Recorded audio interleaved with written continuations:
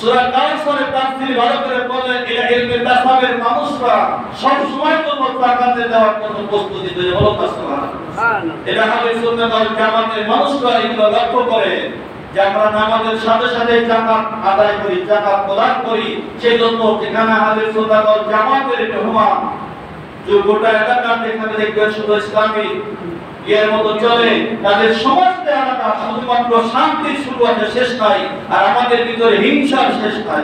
আজকে থেকে বাড়িতে গিয়ে বলে দিবেন প্রতিদিন রান্না করার সময় এক মুষ্টি করে চাউল একে বলছে সাদকা, বাকের চাউল নিয়েছে তার থেকে এক মুঠ চাউল আলাদা বাসনে রেখে দিবে, আপনার খাবারের জাকাত হয়ে যাবে।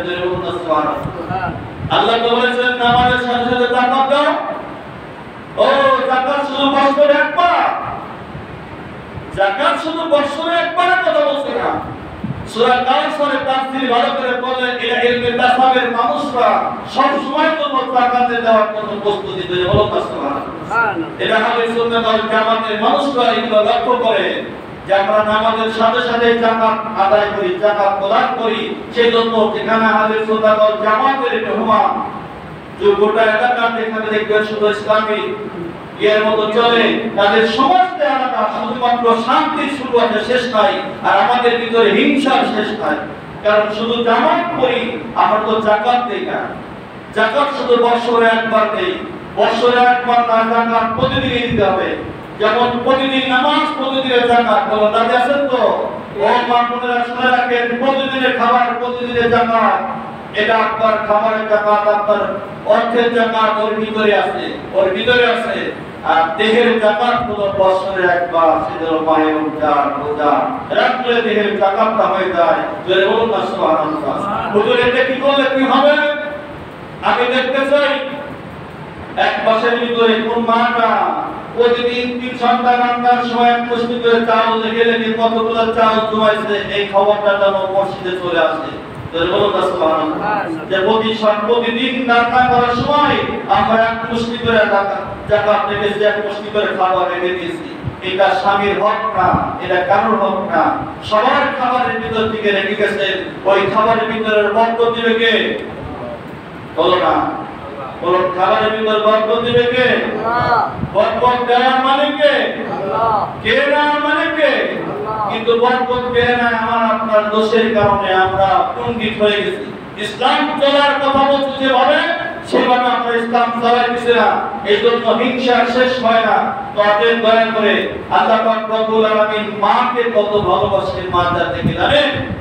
কোন পুরুষের নামে কোন সূরা কোরআন শরীফে নাযিল হয় নাই আজ পর্যন্ত। না আরো কোন সূরা নাযিল হবে? কিয়ামতের আগে আর কোন কোরআন আসবে? 104 খানা কিতাব, তার ভিতরে 100 খানা সহিহ বা ছোট কিতাব, আর 4 খানা হলো বড় কোরআন। তাওরাত, জবুর, ইনজিল, কোরআন মাজিদ। এই কোরআন মাজিদের ভিতরে 114টা সূরা আছে। তার ভিতরে মা জাতির জন্য এক বিশাল করে একটা সূরা নাযিল করেছে, সেটা হলো সূরাতুন নিসা। বলুন না সুবহানাল্লাহ। সূরা মা জাতির জন্য সূরা নিসা নাযিল করেছে, কোন পুরুষের জন্য সূরা নাযিল করেন নাই। তাই আমার আল্লাহ পাক রব্বুল আলামিন মাদেরকে কত ভালোবাসেন, মাদেরকে কত ভালোবাসেন। তবে মায়ের মতো যদি মা হয়, তাহলে যদি মা ভালো হয়, পেট ভালো হলে কি হয়? সন্তান ভালো। গাই ভালো হলে যেমন বাছুর ভালো, গাই ভালো হলে দুধ ভালো। যেমন ব্রয়লার গাই, অস্ট্রেলিয়ার গায়ে যেমন দুধ হয়, তার কোনো পুষ্টিকার নাই। দেশি গায়ে যদি কম হয় তো তার পুষ্টিকার আছে। বলুন ঠিক না ঠিক? ওরকম মা যদি ভালো হয়, খাবার কম খায়, তার সংসারের ভিতরে আল্লাহ রহমত বরকত ঢেলে দিবে। এটা কখনো শেষ করতে পারবেন না, শেষ করতে পারবেন না। কারণ এই মা জাতিদেরকে আমি বললাম আপনারা ভালো হন, সংসার আপনাদের হাতে, সংসার আপনারা চালান। আমরা কষ্ট করে সারাদিন হাড় ভাঙা পরিশ্রম করে আপনাদের খাবারের জন্য ব্যবস্থা করা হয়, আর আপনারা দায় করবে। একটু লাগান, একটু রশি লাগান, একটু হেফাজত করুন, একটু চিন্তা করুন, একটু হিসাব করে যদি চালান, দেখবেন আল্লাহর হস্তে আগামী সপ্তাহে আমরা শুনবো আমিরুল মুমিনিন হযরত ওমর ফারুক রাদিয়াল্লাহু তাআলা তিনি খলিফা ছিলেন, আর তার বিবি বলছিলেন স্বামী ফারুক কিশোর আপনার সন্তান একটু মিষ্টি খাওয়ার আবদার করছে, একটু মিষ্টি ব্যবস্থা করেন। বলছেন আমার কাছে তো কোনো খাবার ব্যবস্থা নাই। বলছিলেন স্বামী আমার কাছে কিছু টাকা রসিদ আছে, এইটা দিয়ে আপনি বাজার করেন। স্বামী টাকা হাতে নিয়ে বলছিলেন বলো তো এই টাকাটা তুমি কই পাইলা, কেমনে পাইলা? কই আমরা তো প্রতিদিন জিজ্ঞাসা করি না, পরিবার যদি 1000 5000 টাকা দেয় প্রতিদিন জিজ্ঞাসা করেছেন এই টাকাটা কই পাইলা? কই তুমি তো কিছু করো না, এই টাকা কই পাইলা? আর আমিনুল মুমিনিন হযরত ওমর ফারুক বললেন এই টাকা কই পাইলা? তিনি বলছিলেন প্রতিদিন আপনার দেওয়ার টাকা, এখান থেকে কিছু অংশ নিয়ে দিয়ে আমি বুঝাইছি তো এইটা আপনারই ছিলেন। বলুন না সুবহানাল্লাহ। এইরকম যদি প্রতিদিন মা সংসারটাকে গুছায় রাখে তাহলে বলুন এই সংসারে অশান্তি কখনো আসতে পারে না।